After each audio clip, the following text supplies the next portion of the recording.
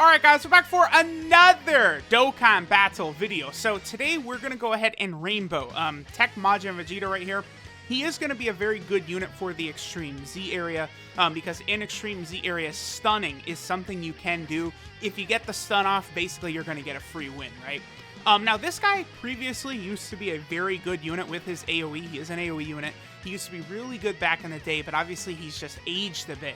Now, I really don't mind rainbowing this TEQ MAJIN VEGETA because I do think he's a very good candidate to get an EZA himself whenever we move into the sort of Majin Buu Arc celebration stuff, which I think is going to happen. Now, you know, we'll see. Are we going to get a Dokkan Fest exclusive standalone Majin Vegeta, or is he a Majin Vegeta that is going to transform? Maybe at some point, you know, Babidi will mind control and then he becomes Majin Vegeta. How is that going to be set up? We'll see. But I do think the chances of this guy getting an EZA are pretty good. And if he does, he actually could become a very interesting World Tournament like option. So let's go ahead. We got him rainbowed, and let's go test him out in some events now. Alright guys, so we're here in an event. We are starting out on the Revived Warrior team. Basically, I got the best rotation I wanted here in the Revived Warrior team. Now, this Super Saiyan 2 Bardock, I believe I haven't done a rainbow video on him yet, but he is going to be very important for this Majin Vegeta, because Bardock, of course, gives a support type buff. He's got Super Saiyan with him, and then he also has Saiyan Pride. So that's a lot of firepower he's going to give to this TEQ MAJIN VEGETA. Then with Kid Buu on rotation, I actually think this Majin Vegeta is going to get a respectable attack stat right here, because he does get 50% at the start of turn, and he does stun, and he should link up pretty well in the Extreme Z area because he does have Shattering the Limit, which a lot of these units are going to have. So let's see what Majin Vegeta does right here. Again, compared to some of these other units, I do think this Majin Vegeta is a little bit of a better quality of unit. Yeah, 950,000. I mean, again, this guy is from what? April 15th, 2016. So he came out a little bit after the game was a year old. So needless to say, he is very, very old.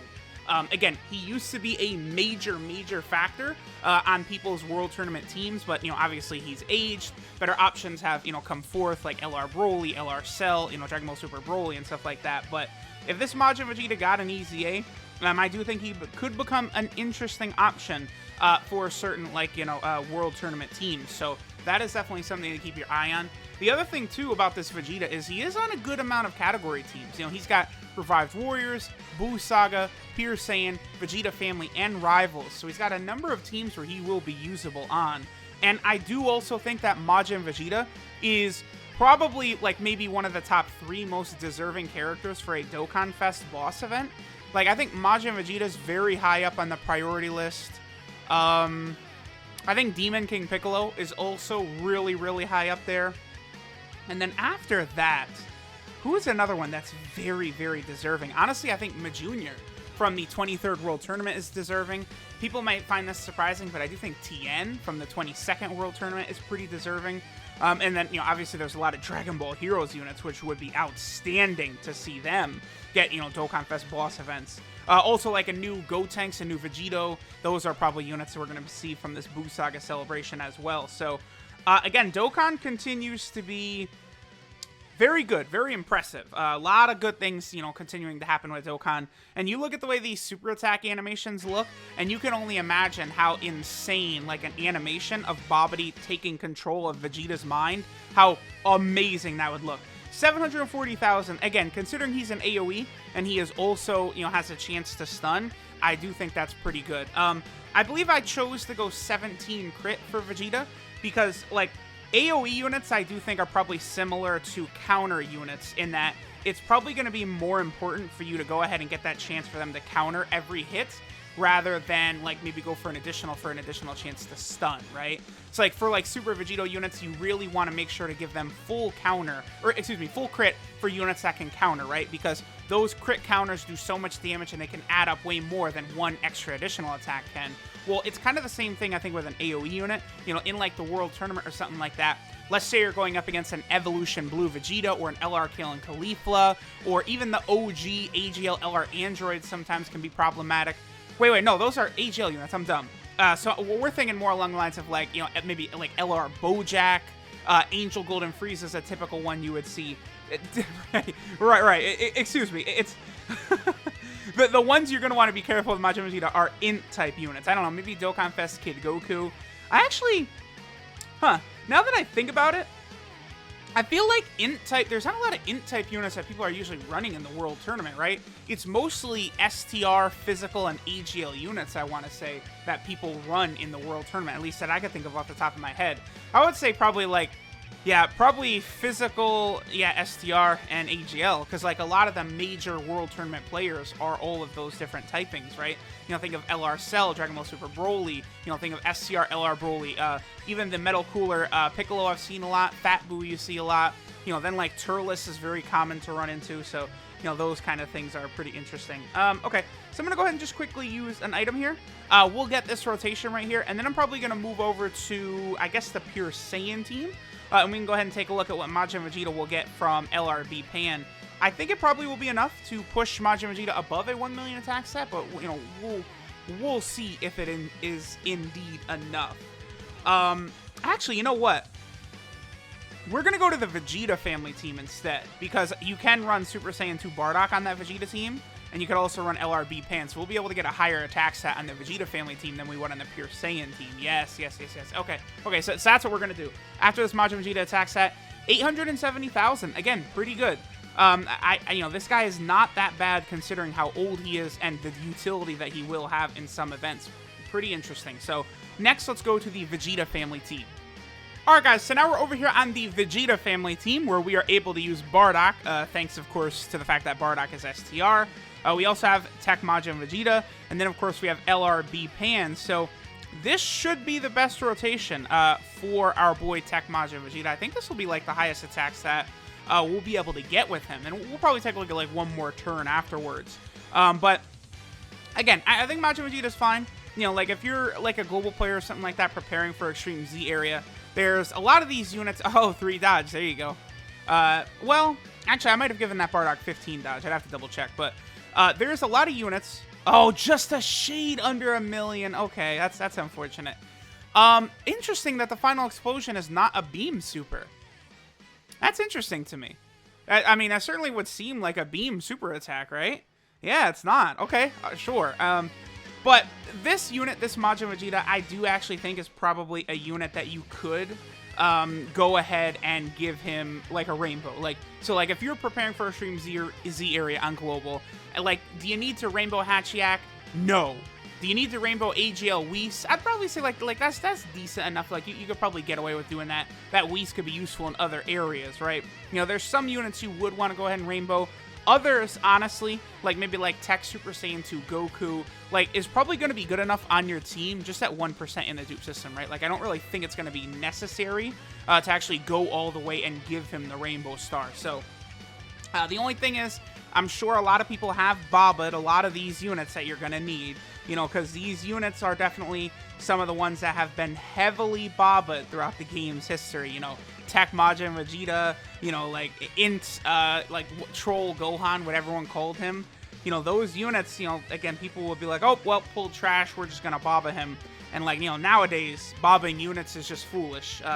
You want to get them full dupes because they are definitely worth it. So, see what attack stat Majin Vegeta gets right here. And then we'll probably go ahead and move into the breakdown. 746,000. You know, he is definitely a decent unit. His attack stat is only 12,500, though. But, again, you know, he is about to be a 4-year-old unit pretty soon. So, you know, units that have been around that long, you know, there's only a limit to how effective they're actually going to be, right?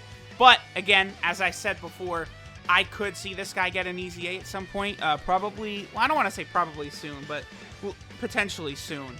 And also, the other thing, too, I want to mention is this is now 3 celebrations in a row we've gotten an Extreme Z area. So it does look like this is now a permanent thing that is here to stay. There's going to be an Extreme Z area by the looks of it pretty much every celebration. They're probably going to use that to EZA a lot of the random units. So, like, think of how many, like, banner units there are in the game. A lot of these random banner units and free-to-play units are now probably going to get Extreme Z areas. And then the big-time Dokkan Fest events units, those ones are going to be the ones that get the normal EZAs. So, a bit disappointing. Yeah, it's going to be less rewards for everyone. But at least doing it this way seems like more overall units are going to EZA, and that is a good thing. Alright, so this is Farewell Proud Warrior Majin Vegeta. His leader skill is AGL, Tech, and STR types, HP and attack 25%. So, obviously one of these old units, most of these units available for this Extreme Z area just don't really have good leader skills. His super attack is the Final Explosion, which does mass damage and has a rare chance to stun all enemies. Of course, that rare chance to stun all enemies is pretty good. And I believe mass damage is similar to extreme damage. I believe that's about the level of damage Majin Vegeta will be able to do.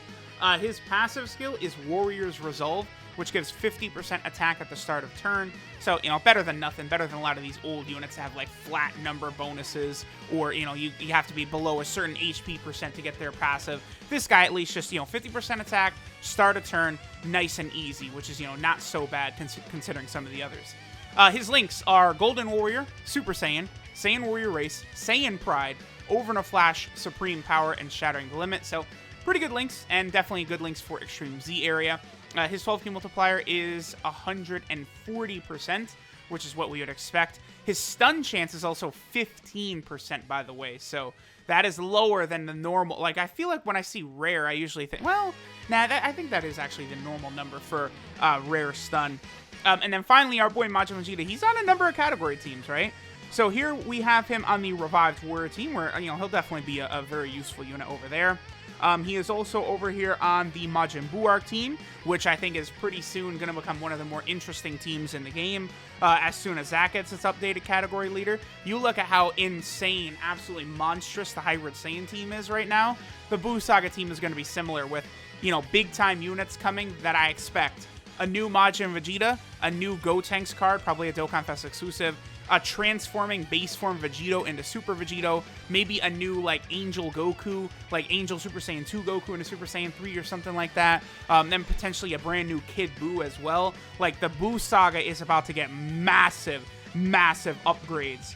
Because let's take a look. What new units have come out to the Buu Saga recently, too? Candy Vegito, LR Gohan and Goten. Then, of course, we had that Trunks. We did get the Goku and Majin Vegeta and Pan and that Goku. Those were all in 2019. So that's been a number of units that have released in 2019, but it's about to get a lot bigger than that. The Buu Saga is so massive. There's so many characters, so it's going to be interesting to see how that team is going to look very soon. Then he's also over here on the Pure Saiyan team. Of course, Pure Saiyan team, very solid team. Then he's also over here on the Vegeta family team. Same thing. Vegeta family team gets a buff pretty much every single update. And then finally, he is on the Rival category team, which is another one of these very small teams. So any buffs at all to the Rival team is always going to be good. And hopefully this Majin Vegeta gets a EZA at some point soon. So there we go. There's TEQ Majin Vegeta. Definitely going to be using him in Extreme Z area. Thanks, guys, for watching, and I'll catch y'all next time.